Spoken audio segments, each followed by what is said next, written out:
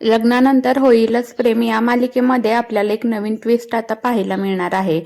16 डिसेंबरच्या पार्टीनंतर दोन्हीही जोड्या वेगळ्या झालेल्या आपण पाहिलं होतं. त्या जोड्या आता आपल्याला एकत्र येताना दिसणार आहेत.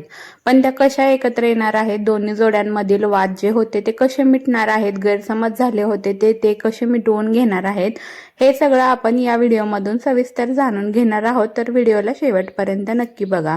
तर झालं असं होतं की पार्थ काव्या आपल्या बेडरूममध्ये लॅपटॉपवरती काम करत बसलेला असतो. त्यावेळेस त्याला लॅपटॉपवरती चुकून काव्या आणि जीवाचे परत एकदा फोटो समोर येतात.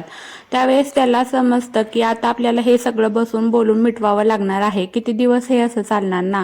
काव्यांच्या मनामध्ये माझ्याविषयी प्रेम आहे हे तर मला दिसतं, पण त्या खरंच जीवाला विसरल्या आहेत का हे जाणून घेणं पण तेवढंच महत्त्वाचं आहे. जे काही त्यांच्या आयुष्यात घडलं होतं ते आता मला ऐकून त्याला सामोरं जावं लागणार आहे आणि हा जो काही विषय आहे तो एकदाचा इथेच बंद करावा लागणार आहे. कारण काव्याचं त्यांच्या अभ्यासाकडे लक्ष लागत नाहीये आणि सगळ्या गोष्टींकडे त्यांचं दुर्लक्ष होत आहे. त्यामुळे पार्थ निर्णय घेतो की आता काव्या समोर बसायचं आणि त्यांना सगळं काही विचारायचं आणि ह्या गोष्टींना सामोरं देखील जायचं. त्यामुळे काव्या हॉलमध्ये अभ्यास करत बसलेली असते. त्यावेळेस पार्थ तिथे जातो आणि काव्याला म्हणतो की तुम्हाला मला तुमचा पास्ट सांगायचा होता ना, तर मी आता ऐकायला तयार आहे. जे काही तुमच्या मनात असेल ते सगळं मला एकदा सांगून टाका आणि मलाही ऐकायचं आहे की असं काय झालं होतं तुमच्या आयुष्यामध्ये, लग्नाच्या अगोदर तुमचं आयुष्य कसं होतं, जीवाचं आणि तुमचं काय नातं होतं. जे काही तुम्हाला जे काही सांगायचं असेल ते सगळं सांगा. माझ्यापासून आज काही लपवू नका, कारण मी आज खूपच मनाची तयारी करून आलेलो आहे. त्यावेळेस काव्या म्हणते, लग्नाच्या अगोदर मी तर लग्नानंतरही जीवाच्या पाठीमागे होते. तुम्हाला ऐकायचं असेल तर मी सगळं सांगते.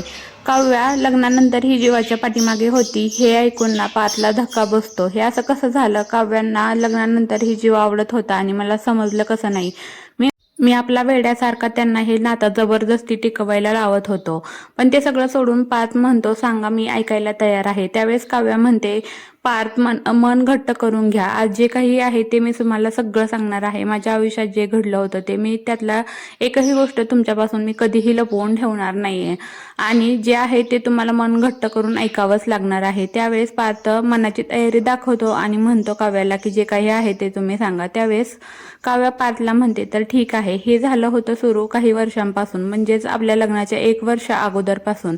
तर जीवा आणि मी भेटलो होतो, आम्ही प्रेमातही पडलो होतो, पण आम्ही सेटल नव्हतो. त्यामुळे आम्ही असं ठरवलं होतं की जोपर्यंत आम्ही दोघेही सेटल होत नाही, म्हणजे मी IAS होत नाही आणि जीवा त्याचा स्वतंत्र प्रोजेक्ट तयार करत नाही, तोपर्यंत आपल्याविषयी घरात काहीही सांगायचं नाही आणि लग्नही करायचं नाही, असं सगळं आम्ही ठरवलं होतं. पण झालं उलटच, आपलं लग्न झालं. कोणत्या परिस्थितीत आपलं लग्न झालं हे तर काही तुम्हाला सांगायला नको, सगळं तुम्हाला माहितीच आहे. पण मी लग्नाला होकार यासाठी दिला होता की मी ठरवलं होतं की इथून सगळ्यांना सुखरूप बाहेर काढायचं आणि ज्यावेळेस आपण मुंबईला परत येणार त्यावेळेस घरातल्यांना, तुम्हाला सगळ्यांना मला जीवाविषयी सांगायचं होतं. त्यावेळेस ना पार्थला कळतं की काव्या सुरुवातीला अगोदर असे का वागत होते. त्यावेळेस काव्या पार्थला म्हणते की सुरुवातीला मला तुम्हाला सगळं सांगायचं होतं, पण जीवा आणि ताईला लग्न करून आलेलं बघून मला काही समजत नव्हतं की कसं सांगू. जर जीवाने ताईशी लग्न केलं नसतं तर मी तेव्हाच तुम्हाला सगळं सांगितलं असतं, पण मी तो विषय तिथे राहून गेला. त्याच्यानंतर खूप दिवसांपर्यंत मी जीवाच्या मागे लागले होते.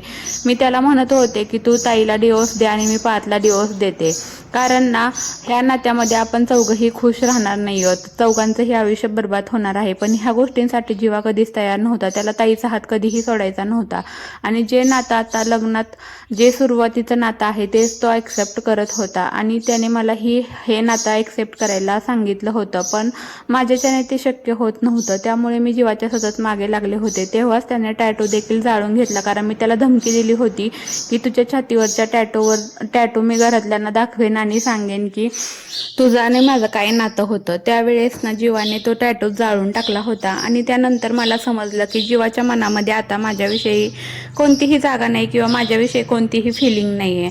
त्यावेळेसच मी ते नातं मागं सोडायचा निर्णय घेतला आणि मी जीवाला विसरून जायचा प्रयत्न केला. पण या सगळ्यामध्ये पार्थ तुम्ही माझ्यासोबत कायम होता, माझा राग झेलत होता, माझी काळजी घेत होता, माझे सगळे मूड तुम्ही स्वीकारत होता आणि त्याला शांतपणे हाताळत देखील होता. हे सगळं माझ्या नंतर लक्षात लक्षात यायला लागलं आणि त्यावेळेस मी तुमच्या कधी नकळत प्रेमात पडले हे मला समजलं नाही. पण त्यानंतर मी माझं प्रेम तुमच्यासमोर व्यक्त करणार होते, म्हणूनच मी काव्यार्थ नावाचं मंगळसूत्र देखील घातलं होतं. पण 16 डिसेंबर नंतर मी माझं प्रेम तुमच्यासमोर जाहीर करेल असं मी ठरवलं होतं. पण 16 डिसेंबरच्या पार्टीनंतर सगळं काही संपलं. आपल्यामध्ये गैरसमज निर्माण झाले, आपल्यात अंतर पडलं, आपलं नातं दुरावलं. तर हे सगळं झालं होतं त्या एका रात्रीमुळे. पण माझी चूक होती. मी तुम्हाला अगोदरच माझ्या मनातील प्रेम आहे ते तुम्हाला सांगायला हवं होतं. त्यावेळेस मी असं गप्प राहायला नको होतं. त्यावेळेस पार्थ म्हणतो, ठीक आहे काव्या, आता तुमच्या मनात काही नाही आहे ना, माझ्या मनातील सगळे गैरसमज जे आहेत ते दूर झालेले आहेत. त्यावर पार्थ म्हणतो की काव्या, मला माफ करा. मी जे काही तुमच्यासोबत वागलो, तुम्हाला त्रास दिला, तुम्हाला इग्नोर केलं, ते तुम्ही सगळं सहन केलं, त्याबद्दल मी तुमची माफी मागतो. त्यावेळेस काव्या म्हणते की नाही पार्थ, तुम्ही माफी नका मागू, माझी चूक होती. मी आपल्या नात्यामध्ये असे गैरसमज निर्माण होऊ द्यायला नको होते. आणि ते दोघं एकमेकांना मिठी मारतात आणि एकत्र येण्याचा ते निर्णय घेतात. तसेच पार्थ काव्याला म्हणतो की यापुढे आपल्या नात्यात कोणतेही गैरसमज निर्माण होणार नाहीत आणि कायमस्वरूपी आपण असेच एकत्र राहूयात. जे काही होतं मागचं ते सगळं आता आपण विसरून जाऊयात.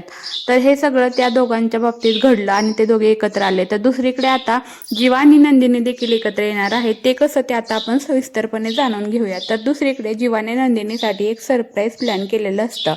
तो बाहेर म्हणजेच नंदिनीच्या माहेरी गार्डनमध्ये राहतो हे तर आपल्याला माहिती आहे. तिथे त्याने डार्लिंगच्या समोर अशी बैठक मांडलेली असते, मस्त जाळ वगैरे छान पेटवलेला असतो आणि त्याने नंदिनीला देखील तिथं बोलवलेलं असतं. पण झालं असं होतं की जीवा पाणी आणायला जातो आणि नंदिनीला खूप तहान लागलेली असते आणि तिला डार्लिंगमध्ये एक बॉटल भरलेली दिसते. तिला वाटतं ते पाणी आहे म्हणून ती पिते.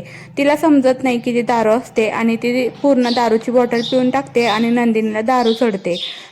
नंदिनीला दारू चढल्यानंतर ती पूर्ण नशेत असते. तेवढ्यात तिथे जीवा येतो आणि नंदिनीच्या मनातील प्रेम जीवाविषयीचं उफाळून येतं. ती नंदिनी जीवाला खेटत असते आणि काही बाई बोलत असते. त्यावेळेस जीवाला नक्की समजत नाही की नंदिनी असं का वागते.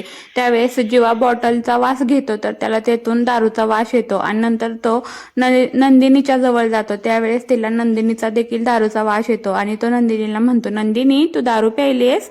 त्यावेळेस नंदिनी म्हणते, नाही नाही, मी कुठे दारू पिते, तेव्हा तुम्हाला माहिती नाही आहे का, तुम्हीच दारू पिता. असं सगळं त्यांच्यामध्ये संवाद चालू असतो आणि त्यावेळेस नंदिनीला दारू खूप जास्त चढलेली असते आणि तिच्या मनातील भावना ज्या असतात त्या बाहेर यायला लागतात. त्यावेळेस ती जीवाला म्हणते की तुम्ही माझ्यासोबत असं का वागला, माझा का विश्वासघात केला, माझं तुमच्यावरती खूप प्रेम होतं, मला तुम्हाला ते सांगायचं देखील होतं. पण 16 डिसेंबरच्या नंतर मी तुम्हाला ते सांगणार होते. पण 16 डिसेंबरला जे काही सत्य माझ्यासमोर आलं त्यानंतर माझ्या पायाखालची जमीन सरकली.